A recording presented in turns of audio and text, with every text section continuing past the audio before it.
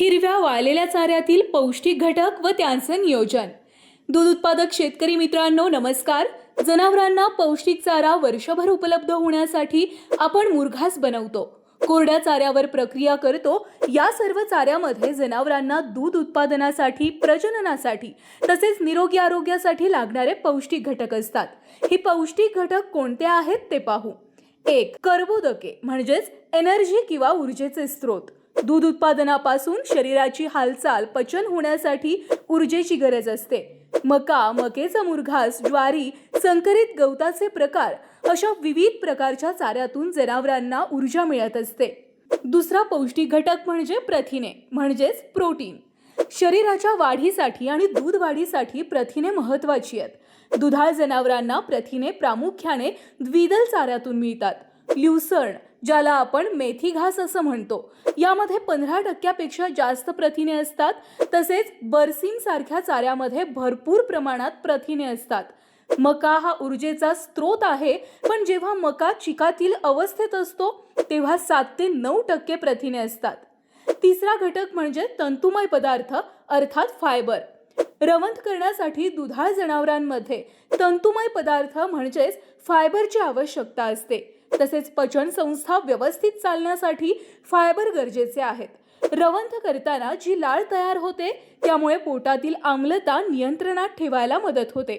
दुधातील fat देखील फायबरवर अवलंबून असतात। फायबरमुळे पोट व्यवस्थित भरतं। फक्त हिरवा चारा दिल्यास हगवण लागण्याची शक्यता असते, म्हणून हिरवा आणि कोरडा चारा एकत्र करून दिला पाहिजे।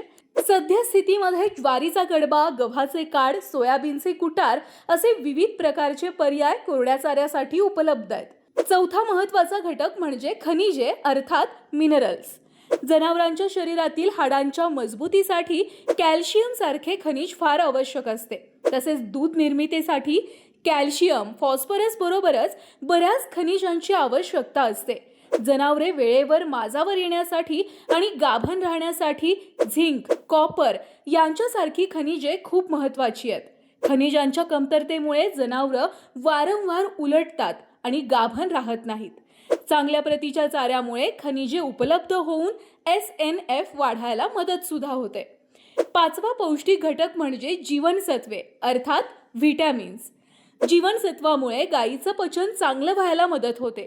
जीवनसत्वे प्रामुख्याने व्हिटॅमिन ई आणि व्हिटॅमिन अ या जनावरांची रोगप्रतिकारक शक्ती वाढवतात।